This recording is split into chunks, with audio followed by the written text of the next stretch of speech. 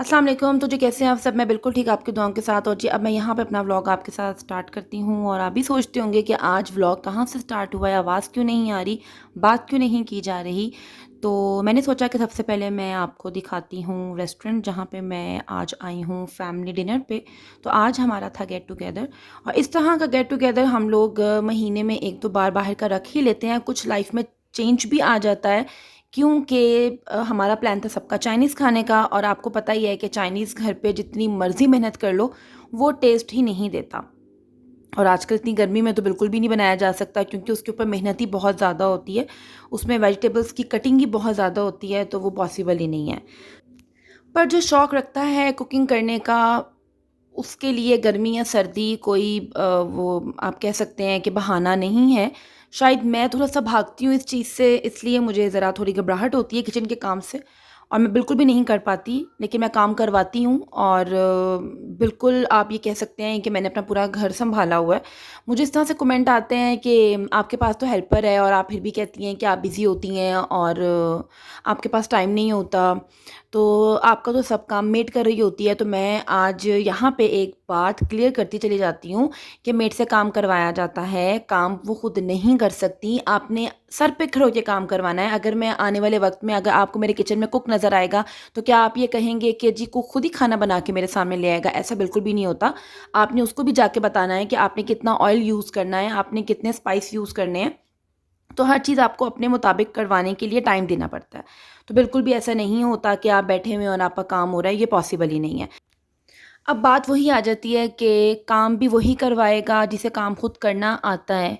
और ज़ाहिरी बात है, आपको सबसे पहले खुद सीखना होता है। आपको अपनी डाइनिंग सेट करनी सीखनी होती है, आपको किचन में अपना काम मैनेज करना सीखना होता है। तभी आप अपने मुलाज़िम से भी काम करवा सकते हैं। लेकिन अल्लाह का शुक्र है कि ये तमाम चीज़ें हमें सिखाई गई हैं और हम खुद साथ लग जाते हैं। हमें सिर्फ़ हेल्पिंग हैंड चाहिए होता है।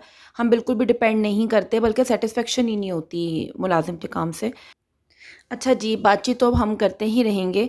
अब मैं आपको बताती चलूँ, हम लोगों ने स्टार्ट में सूप ले लिया था और अब खाना सर्व किया जा रहा है।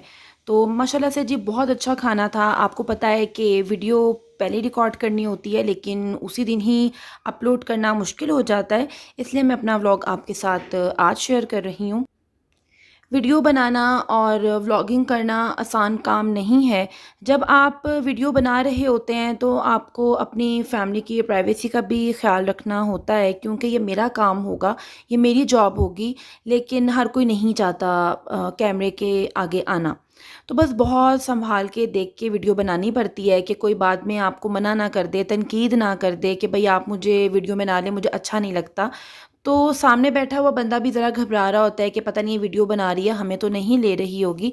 लेकिन जब मैंने अपना ये काम स्टार्ट किया था, तो मैंने तभी तहैया कर लिया था कि मैं इस काम में आगे जाऊँ या ना जाऊँ, मैं खुद को दिखाऊँगी। मैं अपनी फैमिली, अपने बच्चे, अपने हस्बैंड को दिखा सकती हूँ, लेकिन मैं दूसरों की प्राइवेसी का ख़्याल करूँगी और बिल्कुल भी उनकी मर्ज़ी के ख़िलाफ़ मैं उनकी वीडियो नहीं बनाऊँगी। तो क्योंकि कोई आपको बाद में ये कहे कि जी आप वो सीन काट दें, मुझे ना लें, तो ये चीज़ें अच्छी नहीं लगती। तो बस मैं इन तमाम चीज़ों का ख़्याल करती हूँ और इसीलिए फिर मेरे लिए थोड़ी-सी ज़रा इस दौरान वीडियो बनाना मुश्किल हो जाती है। ये नहीं कि मुझे मेरे हस्बैंड ने मना किया है कि तुम मेरी फैमिली नहीं दिखाओगी, मेरे पेरेंट्स नहीं दिखाओगी, ऐसा बिल्कुल भी नहीं है। मुझे मेरे हस्बैंड की तरफ से हर काम करने की इजाज़त है, लेकिन थोड़ी हद में और हदूद में रह के। तो मैं कोशिश यही करती हूँ कि मैं खुद भी ज़रा कैमरे से अवॉइड ही करती हूँ। जैसे कि अभी मुझे कमेंट आया हुआ था कि आप बहुत अच्छा बोलती हैं, आपका व्लॉग बहुत अच्छा होता है, तो आप प्लीज़ कोशिश करें कि आप सामने भी आएँ। तो मैं कोशिश करूँगी, कभी ऐसी वीडियो भी मेरी होगी आपके साथ, लेकिन मुझे बिल्कुल मुँह पे कैमरा रख के बात करना मुझे बिल्कुल भी अच्छा नहीं लगता। मैं इसको व्लॉगिंग ही नहीं समझती। व्लॉगिंग होती है आपको अपने साथ-साथ लेके चलना। अगर मैं ट्रैवल कर रही हूँ तो आप मेरे साथ हैं, अगर मैं खाना खा रही हूँ तो आप मेरे साथ हैं और अगर मैं शॉपिंग कर रही हूँ तो आप मेरे साथ हैं। मुँह पे कैमरा रख के बातें कर लेना या किसी की बुराई कर लेना या किसी को टॉन्ट कर लेना या फिर किसी चैनल पे रिएक्शन दे लेना, ये व्लॉगिंग नहीं है। वो व्लॉग ही बहुत मुझे बोरिंग लगता है, जो मुँह पे कैमरा रख के बात कर रही होती हैं और उनके पास खुद का तो कुछ होता नहीं है, बस बुराई कर रही होती हैं, ये काम मैं नहीं कर सकती। तो इंशाल्लाह अगर आप चाहते हैं, कभी ऐसी मैं एक वीडियो आपके लिए ज़रूर बनाऊँगी। अब जी हम लोग घर आ गए थे और घर आने के बाद यही था कि जी सब मिल के चाय पिएँगे। तो बस मैं अब कुछ ज़रूरी काम के लिए सलमान के साथ फिर से बाहर आई हूँ। दरअसल आज एक छोटा-सा नुकसान मेरी मेड ने कर दिया था, जो कि सुबह में आयरन करने के लिए आती है। उसने ये किया कि सलमान की शर्ट को ख़राब कर दिया और वो ख़राब क्या किया कि उन मैडम ने गीले सूट के ऊपर शर्ट को रख दिया और वो सारा कलर सलमान की शर्ट को लग गया। अब मैं जो कुछ भी कर सकती थी उसको रिमूव करने के लिए वो मैंने कर लिया और मेरे पास जो भी लिक्विड्स वगैरह पड़े थे वो सब ख़त्म हो गए। अब मैं अलफ़तेह पे आई हूँ कि मैं जाके तो जल्दी से लेके आती हूँ स्टेन रिमूवर और उसे रिमूव करने की कोशिश करती हूँ जितनी हद तक खुद कर सकती हूँ। अगर नहीं होगा तो फिर ड्राई क्लीनर को दूँगी, क्योंकि मुझे लग नहीं रहा था कि ये ड्राई क्लीनर भी इसको रिमूव कर सकता है, क्योंकि सलमान ने कहा ये वेस्ट हो गई है शर्ट मेरी। मैंने नॉक्लो भी यूज़ की है लेकिन उस तरह से रिज़ल्ट नहीं मिला। फिर सोचा कि जाके वैनिश ले आती हूँ, शायद इंडिया की शायद ये प्रोडक्ट है। तो फिर मुझे इसने कहा कि बाजी आप एस्टोनिश लेके देखें। तो अब वो भी लेके आई हूँ लेकिन वो रिज़ल्ट मुझे नहीं मिला। बस यही फ़ायदा भी होता है इन मेड्स का और नुकसान भी होता है। तो ये लापरवाही कर जाती हैं और बिल्कुल ही सेंसलेस होके काम करती हैं। जब काम करने पे दिल नहीं करता तो कोई ना कोई नुकसान कर देती हैं। बहुत कुछ कर लिया मैंने उसे रिमूव करने के लिए। ये है कि काफ़ी हद तक वो कलर हल्का हो चुका है। ज़ाहिर-सी बात है ड्रेस का कलर लगा है और लगा भी काफ़ी डार्क कलर है। तो मैं यही बात ही कर रही थी कि जितना टाइम मैंने इसे साफ़ करने में लगाया, शायद मैं इतने टाइम में कितने कपड़े खुद मैं आयरन कर लेती। हमें जब काम सिखाया गया तो सबसे पहले यही कहा गया था कि वाइट कपड़ा हमेशा अलग रखते हैं और कलर्ड कपड़े हमेशा अलग रखते हैं। वॉश के टाइम पे भी इन्हें अलग-अलग वॉश करते हैं। लेकिन समझ से बाहर है कि ये मेड्स क्यों नहीं समझती, काम करते वक़्त ध्यान क्यों नहीं देती, इनकी तवज्जो कहाँ पे होती है। बस जो नुकसान होना था वो तो हो गया, अब क्या कर सकते हैं। और फिर रहम आ जाता है कि अपने घर से इतना चल के आती हैं हमारे घरों की सफाई वगैरह करने के लिए। फिर उन्होंने एक घर नहीं करना होता, कई घर करने होते हैं। कोई बात नहीं, कभी इंसान का मूड भी नहीं होता, कभी इंसान की तबीयत ठीक नहीं होती। जब कभी इसकी तबीयत ठीक ना हो तो मैं कहती हूँ आज तुम ये काम मत करना, आज आयरन मत करना, तुम कल कर लेना, कि शायद उसका दिल ना करता हो।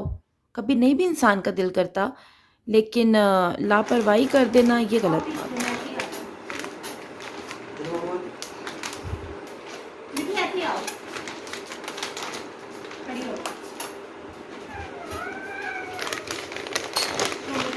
ये मेरी है, गिव इट टू मी। किसको दोगे? कबर में संभालूंगा नहीं, खालूंगा खिला दूंगा। ये लो लड्डू।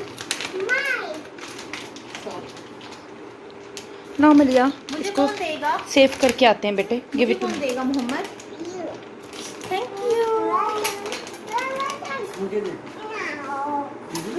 किसने दी है? बाबा है बाबा।